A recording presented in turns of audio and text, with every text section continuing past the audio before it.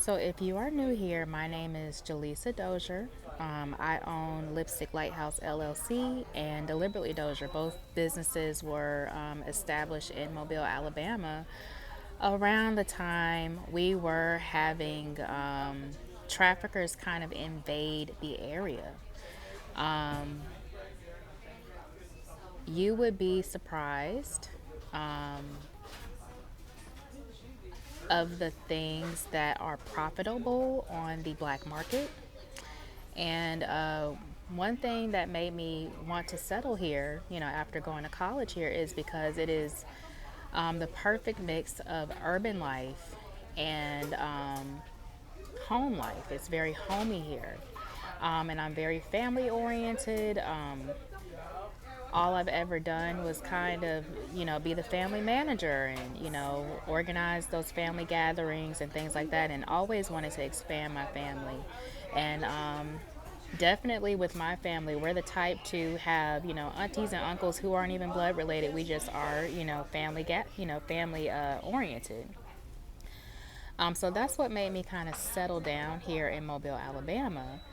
But with that being said, there are a lot of families. So whenever you see, pimps kind of scoping out the area, and they say, there are a lot of families, that means what? That means there are a lot of children here, okay? And they go for a certain price on the black market, right?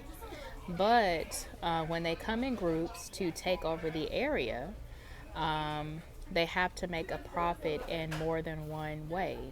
Anybody who does any black market sales, they have to find a way to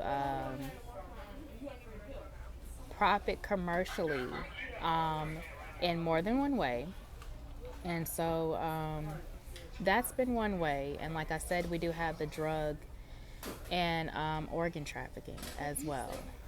But again, if you've read the first Lipstick Lighthouse article, I explain how an area that has just been colonized by the activity looks like. And so we've seen so many movies where we get some rendition of this, but these things were made in the 90s or they were made in the early 2000s.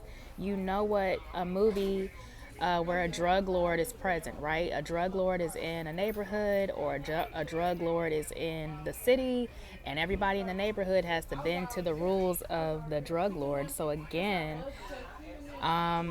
imagine this with crimes that are a whole lot more high priced, a whole lot riskier, a whole lot more prison time, right?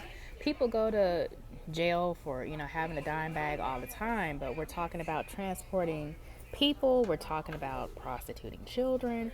We're talking about prostituting people in general. We're talking about organ trafficking, not just drug trafficking again. So the amount of controls is a whole lot more strict. And we can get into that if you would like.